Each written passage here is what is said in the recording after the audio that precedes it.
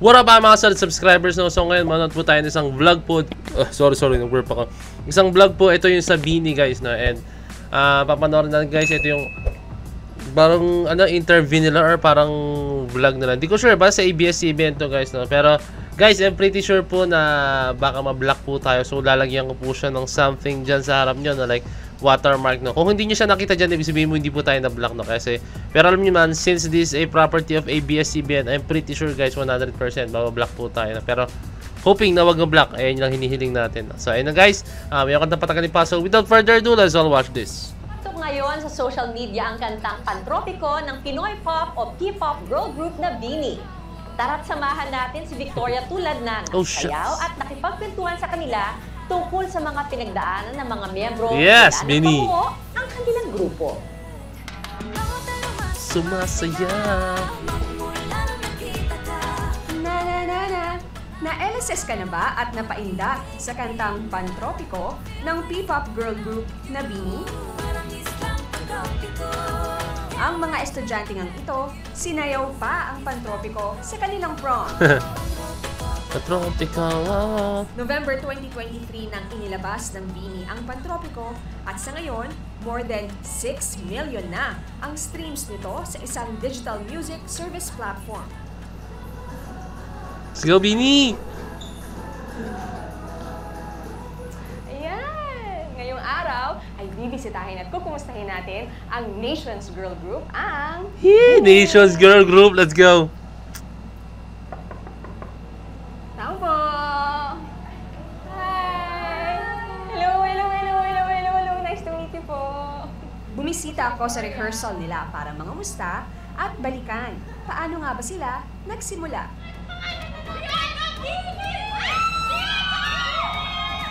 Ang BINI po, galing po siya sa BINI po. At parang naisip din po nila direktore na gusto nila, madali siyang bigkasin na kahit na sino, kahit na pabata po. So, BINI, which means yung leaning ako in English. And gusto po namin maka-inspire po, especially yung youth po. I want to entertain people. Mika. 2018 nang sumabak sa audition ang mga miyembro ng BINI. Nag-audition po kami sa Grand Audition ng Star Hunt. And then, they had a secret project basically na girl group. Ito sa naiwan na girls. I wanna see them together. 12 girl trainees ang pumasok sa Star Hunt Academy. At dito, sumailalim sila sa matinding training. 퉁퉁 다다다다스. Tumaan po kami sa evaluation po. Grabe, may kita mo yung nila, every member oh. Coaches, meron din po kami training. From 12, 8 trainee na lang ang natira at nagpatuloy para buuin ang all-female group. Lagi-lagi na silang magkakasama, lalo tumira sila sa iisang bahay dahil araw-araw ang ensayo. To be honest, super depressing po talaga. Hindi po namin alam kung kailan kami makakaalis noon. Hindi rin po namin nakikita yung parents namin. Tapos parang yung routine nyo everyday, same lang. Gigising ka, kakain ka, mag-training ka, kakain ka ulit, tapos matutulog ka. Draining. Napaka-draining nun. Isa rin sa mga naging hamon nila ang mahigpit na dietary restrictions. Kaya laugh trip ng balikan nila kung paano sila nagpupuslit ng pagkain noon. Naalala ko yung may kumakain ng oatmeal sa loob ng kubeta. Ako yung Ginawa ko, nilagay ko na siya sa baso, tapos nag-pretend lang akong milk siya. Kasi noon, pinapayagan naman kami ng milk. Nakaupo ko sa kumakain ako, sabi ko, grabe abot ako sa gatong point na buhay ko na. Yung oatmeal, kinakain ko, nagtatago ako. si Ate Jo in her diet era. So nag-shake lang siya, nahimatay! Nahimatay siya, so siya nakapag-ice cream! So pumasok ko sa isip namin, what if mahimatay din tayo? Wala makapag-ice cream din tayo? Galing din Jo naman ang kanilang mga sakripisyo nang opisyal na silang mag-debut noong June 2021. Let's welcome the newest P-pop girl group, BINI, to the Star Magic family. Pamilya na ang turingan ng BINI members sa isa't isa. Ang tagline nga nila, 8 hanggang dulo. BINI is not BINI without that Post ka na. Actually, sinabi ko sa isang vlog ko na sinabi ko, paano kaya, kasi meron silang di ba, parang chant, BINI, BINI, BINI. Tapos sinabi ko doon na, Paano kaya pag naghiwalay na may umalis na isa or dalawang member, no? Paano kaya yung BINI, BNI nila? Kasi isa-isa yun per member eh. And then, napanood nga ni Mika yun, tapos parang nasa, ano siya, parang saan ba siya, no? Saan siya nanonood nun? Sa Kumu live niya na. And then sinabi nga niya rin, habang pinapanood niya yung vlog ko na, sabi niya, hindi kayo maghiwalay. Parang gano'n si Bini. Sorry, Mika. Nainis tuloy si Mika, sinabi ko din. Kasi po sinimulan namin yung Bini as 8. Siyempre, you ended as 8. At sa kabila ng kanilang busy schedule, nagagawa pa rin ng Bini na maglaan ng oras sa pag-aaral. Senior high school ang lahat, maliban kay Aya, na second year college student na. Maganda naman sa management is kasi in-adjust nila yung training schedule namin sa schedule ko po sa school kasi ito po talaga yung face-to-face. Parang yun yung first option na. Kasi parang may call lang kami kung ano man mangyari. Hindi siya palaging nandito kami sa kung ano man kami ngayon. Malayo na ang narating ng Bini mula nang ilabas ang mga kantang The Coconut Nut, Born to Win, hanggang sa mga viral songs nila na Nanana at Pantropiko.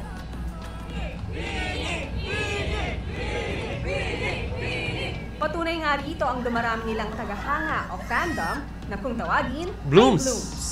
Nung mga nagsisimula kami, yung Kumu live namin, 35 lang nanonood. Sanay kami na puro virtual lang, tapos di kami aware na, ay dumadami na pala natin siya.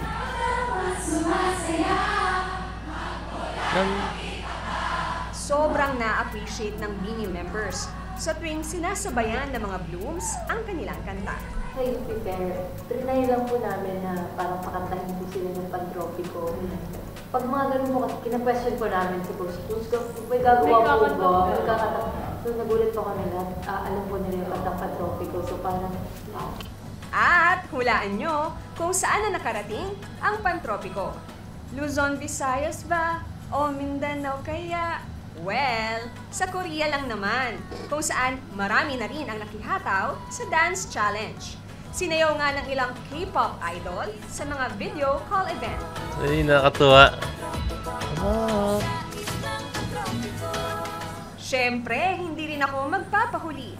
Kahit pa parehong kaliwa Kinakabahan na siya. ako, hindi ko na pinalampas ang once-in-a-lifetime opportunity na magpaturo ng Pantropiko dance at maging Bini Victoria for a day. and just 1, 2, 3, 4, tapos right po. 5, 6, tapos wave. 7, 8, tapos 1 more. 1, 2, 3, 4, tapos kabila lang po. 5, Sorry. left. 5, 6, 7, 8.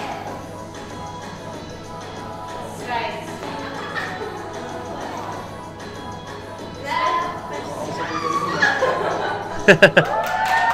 Nice.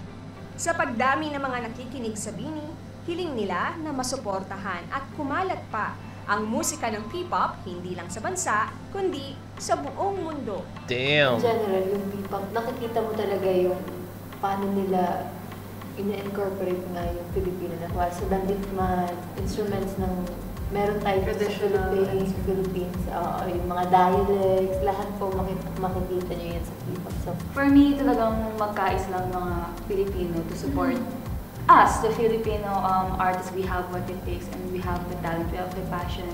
And we really Grabe balikat ni want, Sheena, no? itong Pinoy, Broad shoulder kung tawagin, no? tumalas Parang siya. straight na straight siya. At syempre, pinaramdam muli ng Blooms ang kanilang suporta sa grupo nang i-release na ang much-awaited first extended play ng Bini, ang Tala Arawan na may 6 na kanta.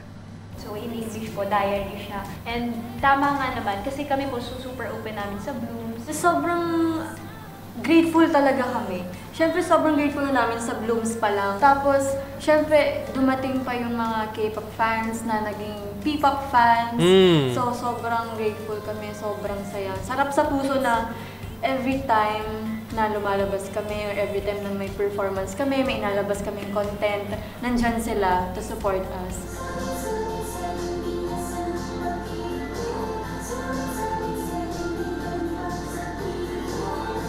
Sa lahat ng achievements at adventures ng Bini, lagi silang ginagabayan ng mga letrang SH, BBTB, ATR mula sa kanilang coach, Mickey. Be humble but be the best among the rest. Pag lumaki ulo mo, it really affects your whole attitude. Dapat lagi mong isipin sa sarili mo na ang dami mo pang hindi alam, ang dami pang kailangan matutunan. Tama. Kaya it's better to stay grounded always. Was there ever a moment na you said, we made it? Ako po siguro, ang naisip ko, malayo na pero malayo pa. We're slowly getting there, we're slowly getting known. Sa kabila ng mga pinagdaanang pagsubok at sakripisyo, walang pinagsisisihan ang Nations Girl Group. Para sa kanila, malaking karangalan ang maging BINI. Minsan di na nag-make sense para sa amin yung mga pinapagawa sa amin. Pero ngayon, kaya pala. Worth it siya kasi aside sa lesson, may mga tao kang nami-meet along the way na sobrang sila pa nagmo-multiply ng lessons na makuha mo. And experience din po na madadala mo in the future. Na you can use it for yourself and pass it on to other people. Payo ng BINI sa mga nais ding tumahak sa parehong landas, be who you are. Be authentic. Don't try to be someone you're not. I feel like dreaming is not enough. Parang gawin mo na talaga. Like, plano ka, mag-research ka kung paano mo magagawa to. At sabi nga sa kanilang kanta na 8, luhat pawis ang ilalaan. Walang imposible, tiwala sa sarili ang daan, patungo sa pangarap.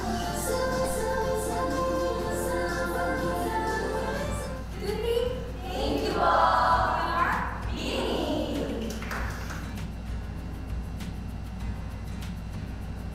Nila yung training Galing ng... Apakagaling sumagot ng BINI. Pero syempre, hindi naman sila nagsasalita like prepared, no? Pero syempre, yun po yung personality nila, yun po talaga yung attitude nila talaga as in.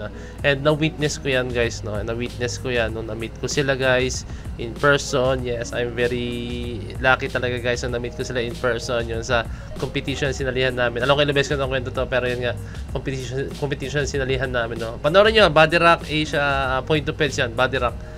Na-meet ko yung BINI, guys, sila ron, and sobrang babait nila, guys, as in. Panoorin nyo na lang, guys, promise, hindi ko na ikukwento. And then, na-meet ko pa ulit sila sa isang concert sa A-Team. And then, yun nga, grabe, ang bait nila. And isa pang nakakatuwa, is kailan nila yung channel ko, no? Kailan nila si Point of Peds. Yun yung pinaka solid na experience doon, yung kailan nila si Point of Peds, promise. Yun yung pinaka solid, no? Let's go. So, ayun lang, guys, no? And I'm hoping talaga, guys, na mag-boom pa po ang BINI, no? Oo, nagbo-boom na po sila. Sila na nagsabi, no? Hindi sila laging paganyan, hindi consistent na paganyan. Laging may times daw talaga na ganyan, may ganyan talaga, no? And ganun talaga eh. Wala tayong magagawa. Ganun talaga yung ating ngayon, like in the industry ngayon, no? Ganun talaga. Pero nabibilib ako sa BINI dahil sobrang grabe yung perseverance nila, guys. And then yung pagiging resilient nila. And na-witness ko yung mga times na sobrang, alam mo yun, may mga sinabi nga, may mga fallback sila, na meron sila mga downtimes talaga. Pero tuloy-tuloy sila, guys, as in walang sumusuko. And tingnan nyo naman, napapansin ko, guys, ako, I'm a very big fan of BINI. And then habang ako ay nanonood ng mga vlogs nila or mga ganap nila, no, may napapansin ako meron mga dull moments sa mga vlogs nila, or kung meron mga moments basta sa social media nila na walang ganap. Pero look at them, talagang sobrang consistent sila. Hindi sinasabi ko walang ganap, may ganap sila, pero alam mo yun, hindi yung nagbo-boom something na. Pero tingnan mo sila, sobrang tuloy-tuloy. And then yun na sila eh. Kumbaga, tuloy-tuloy lang tayo. Walang hindi kahit sino naman di ini-expect na magbo-boom or magte-trending itong kantang to or kung ano man. And then yung example natin yung ngayon, yung Pantropiko. And alam ko yung iba dyan hindi ini-expect na magbo-boom ang Pantropiko. Pero ako, ini-expect ko na mag-boom lahat ng kanta ng BINI and sayaw nila kasi sobrang ganda talaga. Lalo na yung pagkasayaw nila. And then yung kanta, and lahat yung, guys, kanta ng BINI sa sound trip ko. Ay nako, pag nakita niyo yung aking lahat nakapula. Alam mo yan sa YouTube, di ba? Pag napanood mo na siya, parang nakapula. Ito, parang ganyan yun. Parang nakapula siya dito, no? Kumbaga nakamax dito. Lahat ng kanta ng BINI talaga sa sound trip ko talaga, as in sa YouTube talaga. Let's go. And ayun lang, guys, no? Supportahan ng BINI. Hindi pa rin ako mawalan ng pag-asa dahil, hindi ako mawalan ng pag-asa na makapanood dun sa New Frontier na solo concert nila na sana Blooms. Update nyo ako pag nagkaroon na. PM nyo ako sa aking Facebook page. Ayun lang, guys. Ayun lang. DC Point of Peds signing out. Peace, let's G.